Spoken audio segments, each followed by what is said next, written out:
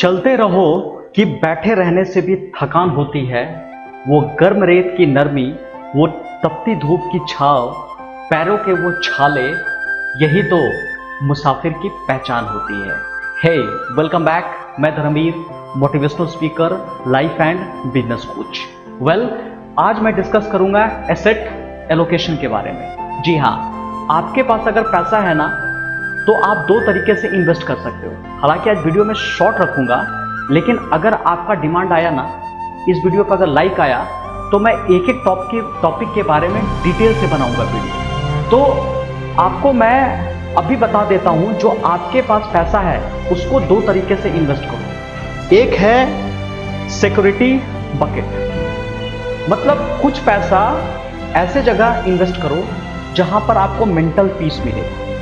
Mental peace कहने का मतलब यस, इमरजेंसी में ये पैसा मैं निकाल सकता हूँ, कभी भी यूज कर सकता हूँ। तो ऐसे जगह आपको इन्वेस्ट करना है कि जहां पर जरूरत पड़े, इमरजेंसी अगर आ जाए, किसी भी तरह का एक्सीडेंट अगर हो जाए तो वहां से पैसा आप इमीडिएटली निकाल सकते हैं। क्योंकि बहुत जगह ऐसे जगह अगर आप पैसा डाल देते हो कि मैक्सिमम टाइम के लिए अगर ये लॉक हो गया तो अपना पैसा का लिक्विड करना बहुत मुश्किल हो जाता है। हालांकि रिटर्न तो वहां ज्यादा मिलता है, लेकिन उस टाइम आपको जरूरत नहीं मिलता है, नहीं मदद मिल पाती है आपको।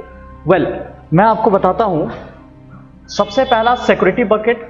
हालांकि इसमें ग्रोथ कम रहता है लेकिन सिक्योर रहता है पैसा। ये क्या क्या हो सकता है, कहां कहां पैसा इन्वेस्ट कर सकते हो।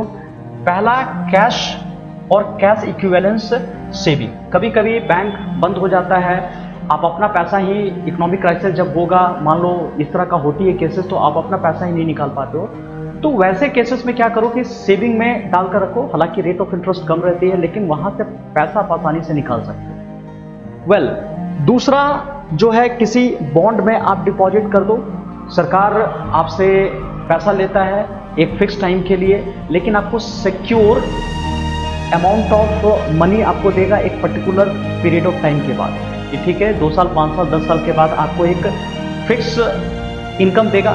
थोड़ा ही देगा लेकिन देगा, सिक्योर रहेगा वो चीज। उसके बाद सीओडी, सर्टिफिकेट ऑफ डिपॉजिट। ये भी एक अच्छा इन्वेस्टमेंट है जहां सिक्योरिटी मिलती है, एक पीस ऑफ माइंड मिलता है यहाँ पर। ठीक है, आप यहाँ पे भी डिपॉजिट कर सकते हो।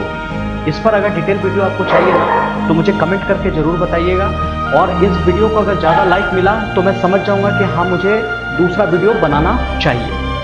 उसके बाद LIC में आप डिपॉजिट कर सकते हो। तो ये कुछ मैंने इन्वेस्टमेंट आपको बताया जहां पर आप सिक्योर वे में काम कर सकते हैं। दूसरा मैं आपको बताता हूं रिस्क और ग्रोथ बकेट।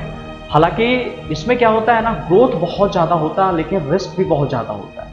इसमें क्या होता है, रिस्क कम है लेकिन ग्रोथ भी कम है। ठीक है, यहां पर ग्रोथ ज़्यादा है लेकिन रिस्क भी ज़्यादा है। आप इसमें से देख सकते हैं, पहला ETF, exchange trading fund. Exchange trading fund, इसके बारे में कभी डिटेल में बात करूंगा, लेकिन अगर आप जानते हैं या आसपास अगर आपका कोई काउंसलर है तो इसके बारे में जरूर जाकर के पूछिएगा। हालांकि इसको एक तरह का हम लोग ट्रेडिंग कह सकते हैं, इन्वेस्टमेंट तो नहीं है, ये ट्रेडिंग है कि जितना स्टॉक खरीदोगे बेचोगे उस पर आपको कमीशन देनी पड़ती है। ठीक है, लेकिन फिर भी इसके बारे में मैं डिटेल में वीडियो आपको बता दूंगा। ETF के बारे में क्या है। जंक बॉन्ड, इसको हाई यील्ड बॉन्ड भी कहते हैं। ठीक है, बहुत ज़्यादा रिटर्न आपको इसमें मिलता है, बहुत ज़्यादा ग्रोथ दिखता है, लेकिन रिस्क भी बहुत ज़्यादा है। अगर आप थोड़ा सा रिस्क लेना चाहते हैं तो कुछ पैसा को आप यहाँ भी इन्वेस्ट करके काम कर सकते हैं। उसके बाद REIT, real estate investment trust. इसमें भी पैसा है लेकिन आप समझदारी से थोड़ा सा काम लीजिएगा। बहुत ज़्यादा रिटर्न है, रिस्क तो है ही लेकिन ग्रोथ भी बहुत ज़्यादा है।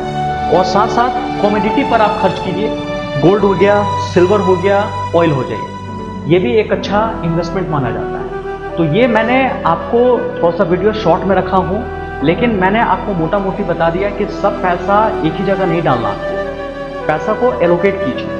कुछ पैसा आपको सिक्योर रखना है, कुछ आपको रिस्क के साथ खेलना है, ग्रोथ फंड में आप डाल के रखिए। कुछ को सिक्योर फंड में डालिए, सिक्योर बकेट में डालिए, कुछ को ग्रोथ बकेट में डालिए। और भी मैं आपको इसी से कनेक्टेड, फाइनेंशियल से कनेक्टेड आपको और भी वीडियो दूंगा नेक्स्ट। लेकिन मैं चाहता हूँ कि आप अपना कमेंट जरूर मुझे कीजिए। आप मुझे बताइए कि आपको और कौन सा टॉपिक पे वीडियो चाहिए। मैं पहले ही बताया कि मैं कंटेंट नहीं दूंगा, आपके प्रॉब्लम का कंटेंट मैं दूंगा। आपको कौन सी प्रॉब्लम सॉल्व करवानी है मुझे कमेंट में चाहिए, तभी मैं समझ पाऊंगा। और वीडियो को जरूर सब्सक्राइब कर लीजिए, इसलिए नहीं कि मैंने बोला है, इसलिए कि जितने भी लेटेस्ट अपडेट आएगा आपके पास जल्दी पहुंचेगा। चलिए नेक्स्ट वीडियो में मिलते हैं, अपना ध्यान रखिए, बाय।